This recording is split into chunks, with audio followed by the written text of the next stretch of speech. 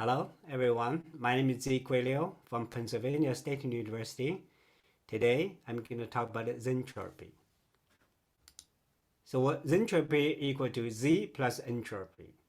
So we'll know that entropy drives changes in any system based on the second law of thermodynamics. Z is a German word, Zustandssumme. It means the sum of states. Is used as a partition function in statistical mechanics. Zentropy calculates total entropy of a system from electronic scale to the system scale. The term was first used in 2022 in the following two publications, and the term itself was suggested by Josh Roberts in 2021 in one of my seminars. The Zentropy theory itself we first published was in 2008 when we tried to predict the temperature pressure phase diagram of cerium in this publication.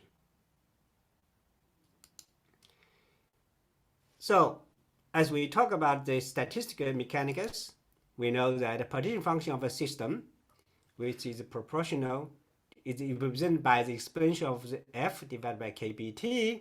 F is the homogeneity of a system for a canonical system, and equal to the summation of the partition functions of individual microstates of the system, which represent by the total energy or internal energy of the system. So the probability of each microstate, pk, is equal to zk divided by z, which can be represented like this, by the internal energy of individual states and the total free energy, homogeneity of the system.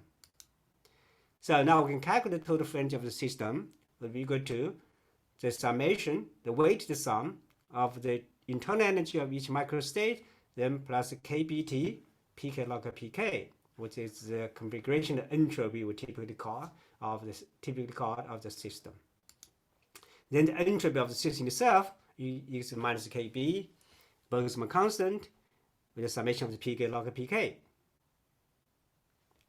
So now if we consider a system with only one state, hypothesis with only one state, then we find that F equal to Ek minus Tsk equal to Ek.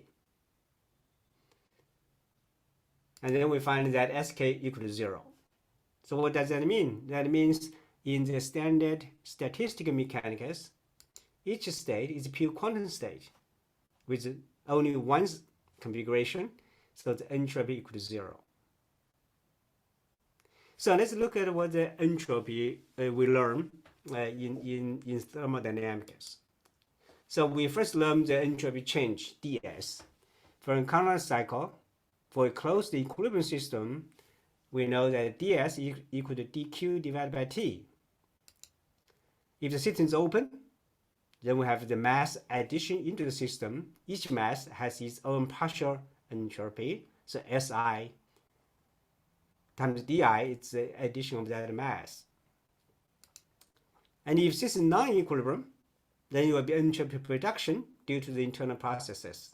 So now I have three terms. First term is the heat exchange, second the mass exchange, the third one is internal entropy production due to internal processes. So this is for the entropy change.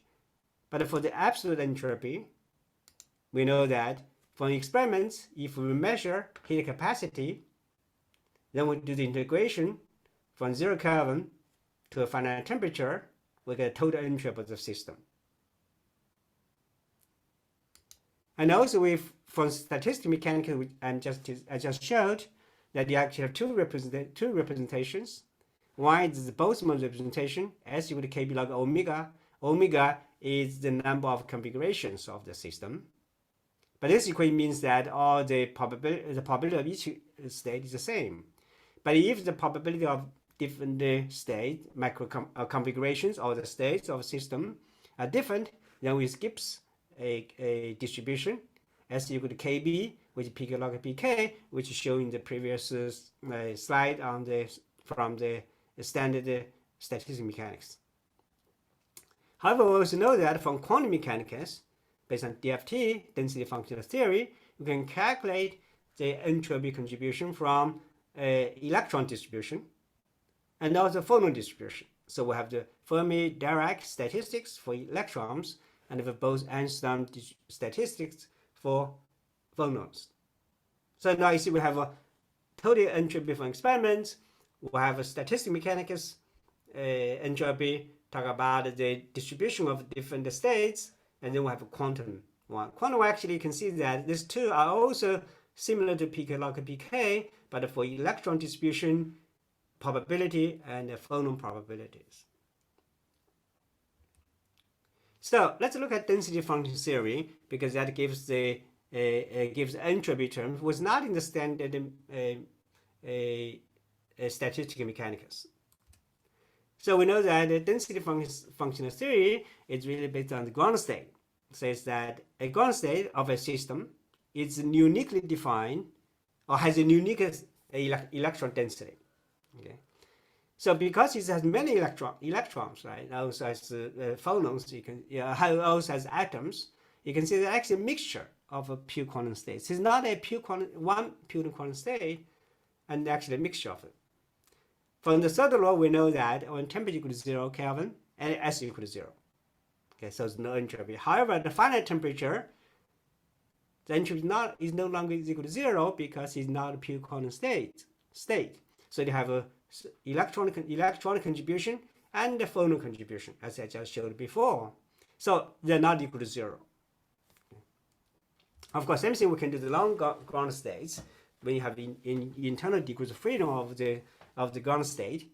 Again, at the t equal to 0 Kelvin, S equal to 0, and when t is not equal to at finite temperature, and S is not equal to 0.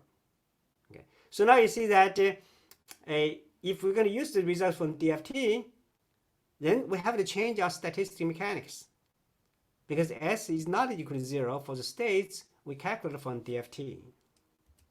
Okay. So that's where we proposed the Zentropy theory. That means that we have to add this quantum contributions, entropies terms, into the total entropy of the system. So that means the entropy of the system is equal to the weighted sum with the probability of each state. It's ground state, non-ground states. The entropy we can predict from DFT, then the probability of mixture among those different states. Then we believe these two add together will give the total entropy of the system. So this is very important that, this formula is very important because it combines the quantum entropy terms from quantum mechanics and then combine it with the statistical mechanics, then give us the thermodynamic entropy which we measure from experiments. So we call this one a microstates. We call it the material because it's the building block. Building blocks. They are building blocks for the system. And now, because we have so many different states, some microstates, one of them is ground state, other ones are non-ground states. So as temperature increases, and they start competing with each other. So you create a disorder of the ground state, and you get fluctuations of the microstates. So in this way, we found that we can predict the emergent properties of a system. Okay. So let's compare the standard statistical mechanics with this new approach. So again, as showed before, have the entropy of a system like this, and we get the homogeneous energy of system for the canonical system like this. We get a partition function probability. Again, you can see that the red color here shows the total energy or internal energy of each microstate. Again, we understand that this applies to if each microstate is a pure quantum state, because entropy of a pure quantum state equals 0 at both 0 Kelvin and finite temperature. Now, if we take the Zentropy, I would call it Zentropy statistical mechanics because in order to differentiate from the standard statistical mechanics, we have that one. Now, entropy has two terms, two parts. One part is from the individual microstates. Another one is the statistical distributions among the microstates. So now we can calculate free energy. Now we see that instead of EK, we have FK here. because each microstate has entropy. The entropy of each microstate is no longer zero. And then our partition function also becomes different now. Instead of EK, we must use FK. And then probability calculation will also use FK instead of EK.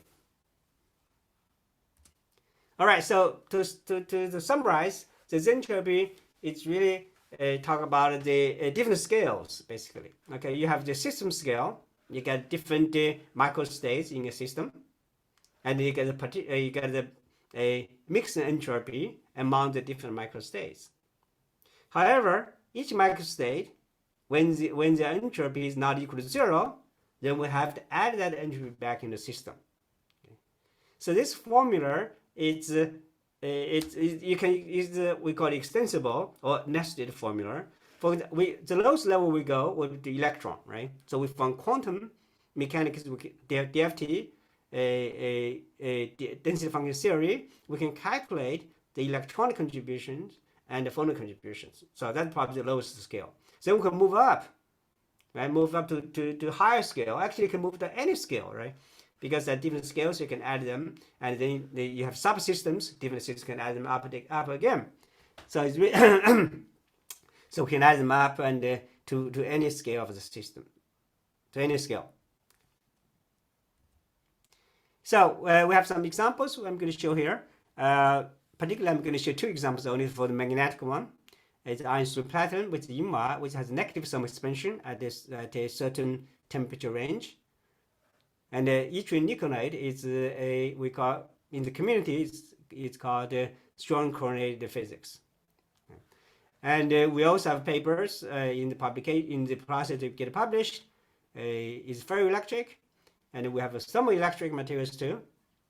Our ongoing work is on the quantum criticality, superconductivity, melting, and the black hole. So let's look at the iron 3 platinum. It's negative thermal expansion. This is at the ambient pressure, and you can see that it's a linear thermal expansion coefficient of this material at 0 Kelvin up at 0. And when temperature goes up, it first increases, and then starts to decrease, then become negative, and then become less negative, become 0 and positive again. The symbols here are from the experiments. The line is from the prediction using Zentropy theory. So how do we do it? So that's iron 3 platinum in the DFT calculations. DFT-based calculations, we take 12 atoms. So there are 9 of them are iron. So iron has spin up, spin down. So we've got a 5 and 12 spin configurations. And if you consider the symmetry, there are 37 of them are unique. Okay. So this shows here, so FMC, the ferromagnetic configuration, is the ground state. And then the other ones, when the spins starts to flip, when we flip the spins, then you get different configurations. Again, as I mentioned, there are 5 and 12 of them, but 37 of them are unique because of the symmetry. So we can calculate the energy at 0 Kelvin, total energy as function of volume for all 37 of them. You can see that it's ground state, and then the spin flipping configuration or microstates. And you can see that all of them have so smaller volume than the ground state. That's very important. Because when the probability of those non-ground states, microstates, increases, and then you will get the total volume may decrease, even though each of them have positive thermal expansion. And if you have the free energy, it's very interesting to realize to find that the ferromagnetic state is ground state at all temperatures. Okay, so it's the lowest energy. All other states, we call it the non-ground states, they have high energy. However, the difference between the non-ground state and the stable one is decreasing, is known as the KBT.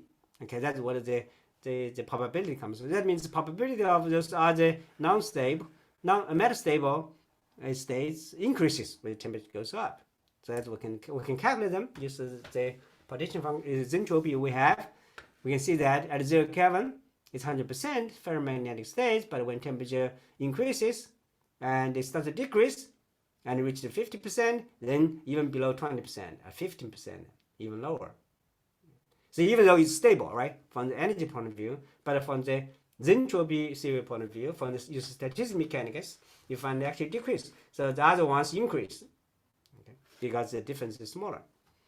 You can calculate, when this one you calculate different properties, for example, you can calculate magnetization. You will see that magnetization was 100% here, and then normalized one then becomes zero when close to the transition temperature. Now, as I mentioned, we need to do phase diagram. So we can calculate phase diagram, temperature, pressure phase diagram. So low temperature is ferromagnetic, and the high temperature become paramagnetic. So you get a transition here.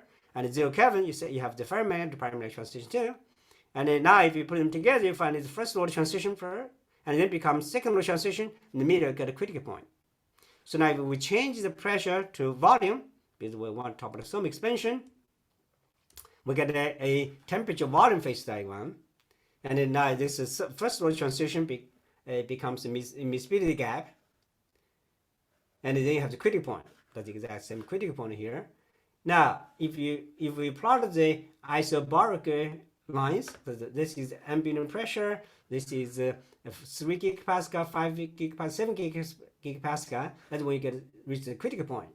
Now you can see that for fixed pressure, constant pressure, the volume first increases, and then increases less, and then stops increasing, and then become negative. The volume decreases. Some expansion is negative, then become positive again.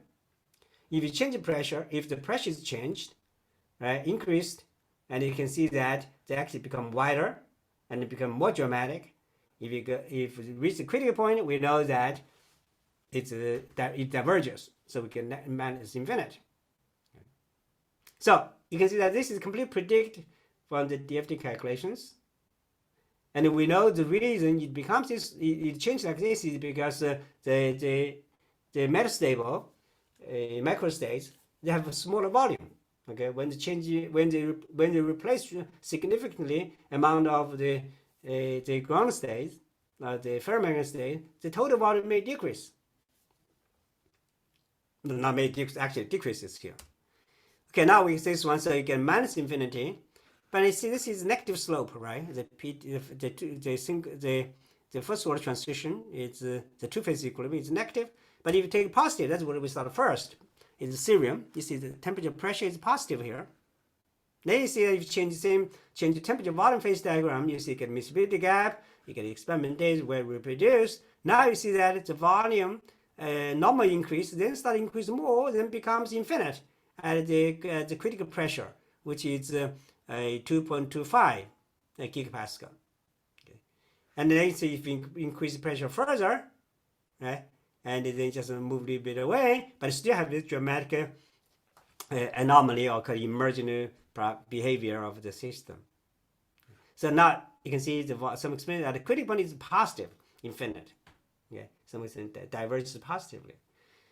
Now it means we get negative divergency, positive divergency. If you look at the water phase diagram, you have the positive slope, right? So that means there's a positive divergence there, but this slope is negative. Okay, even though we don't see critical point here, but in this range, just like in the previous system, we should be able to see the negative sum expansion here, right? Okay, and very high positive sum expansion. So that means they should have negative sum expansion around this area. That's what happens in the water. We know that if below 4 degrees Celsius, the liquid has a negative sum expansion. Okay, the next sample I want to show is niconate. It's typically believed that it can only be explained by strongly correlated physics. This is a larger system, has 80 atoms, but we do a similar approach that we can calculate the microstates from the ground state to non-ground states, EV curve, energy volume. Then we can calculate their free energy, again as function for temperature difference. You can see it again. The ground state at 0 Kelvin remains to be stable one all the way to high temperatures. Now, if you take the Zentropy approach, put all the states together, what do we find? We will find the temperature pressure phase diagram here. So there's the second order transition between the antiferromagnetic to ferromagnetic. Okay, if you take our Zentropy prediction for Zentropy is the black line, black curve, and with experiment data at the ambient pressure is 145 degree, the predicted 144 degree. Now, if we use total energy, EK, instead of Helmholtz energy of each microstate, we get 80 Kelvin. Okay, that of course we know that because as we showed here, if you use EK, you miss a big portion of the entropy of the system. All right, I want to summarize this summary of the presentation would be that the entropy theory integrates the contribution to entropy starting from electronic scale to the system scale by combining the quantum mechanics and statistical mechanics. We can now call it Zentropy statistical mechanics. And it's demonstrated that Zentropy theory can predict the emergent phenomena, including the positive and negative singularity at the critical points. We have applied it to magnetic materials and ferroelectric materials. So we are open to collaborations. As I mentioned, we are now working on a quantum criticality, a superconductivity, and also the black hole. So we're open to collaborations by applying the Zentropy theory to predict emergent phenomena in complex systems, from electrons to the universe. Hopefully, the black hole we're working on. So if you have any interest in system, you would like to collaborate with us, please reach out. With that, thank you very much for your attention.